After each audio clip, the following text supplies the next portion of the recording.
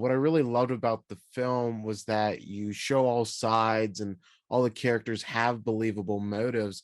How was it juggling all these different perspectives while, still telling a narrative that makes full sense? Well, it was a little bit like, yeah, juggling or, like playing Tetris or Jenga or something. It is really, each time you take away something from one character, in the end it might crash. So it was a constant balancing throughout the script, throughout the shoot, throughout the edit of finding the right amount, and not get confusing because there are many characters and each one reflects on Ruth, and Ruth connects them all, but Ruth is a very silent character for the first half of the film. So how do you stay connected to somebody who speaks so little? And you assembled such a all-star ensemble here. Can you just talk about the cast and how it really just I assume it makes your job as a director a lot easier when you can just depend on them to, just nail their performances.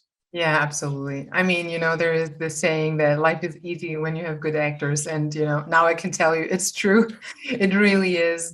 Of course, it also puts a lot of responsibility on my shoulders because then I have to make sure we capture it the right way, and their magic is not that all of a sudden we're like the filmmaking doesn't hold up to the quality of performances. And but that's the great challenge and what I love about this job. So when I came on board, it was clear, of course, Sandy plays Ruth, is a producer, and we sat together with our casting director, Francine Meisler, and all of a sudden, we thought, okay, who would be the perfect cast for this particular role, really handpicked, and we were so lucky, to get the perfect cast together and that they said yes to play those roles. It's amazing. There's a really interesting element of class to the story, and we see how that impacts how everybody views Ruth. Can you speak to that dynamic? I thought it was so intriguing and had so much to say, despite it not being the focus.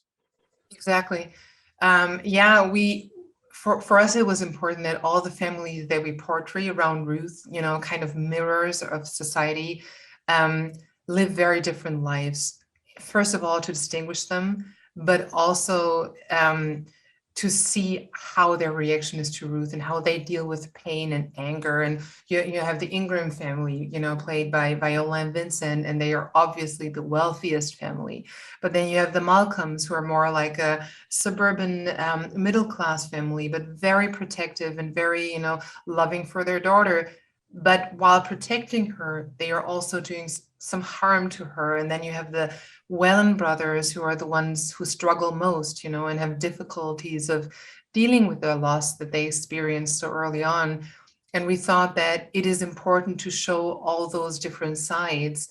And then, of course, you have Ruth, who comes out of prison and enters freedom and has to start basically from rock bottom, from a place where everybody judges her and nobody sees her, nobody listens to her.